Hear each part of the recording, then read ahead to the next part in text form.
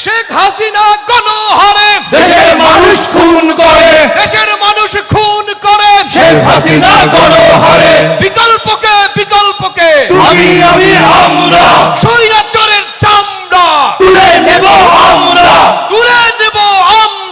স্বৈরাচারের চামড়া।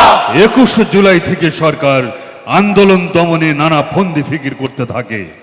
গেজেটে প্রকাশের মাধ্যমে কোটার দাবি মেনেও নেয়, কিন্তু ততদিনে শহীদের সংখ্যা 300 ছাড়িয়ে গেছে। তাই দাবি এখন শেখ হাসিনার পদত্যাগ। এর মধ্যে 25 জুলাই থেকে শুরু হয় ব্লক রেড দিয়ে গ্রেফতার অভিযান। 27 ও 28 জুলাই ডিবে হেফাজতে তুলে নেওয়া হয় 6 জন সমন্বয়ককে। 30 জুলাই ছাত্র জনতা মুখে মাথায় লাল ব্যান্ড পরিধান করে হত্যাকাণ্ডের বিচারের দাবিতে রাজপথ মুখরিত করে।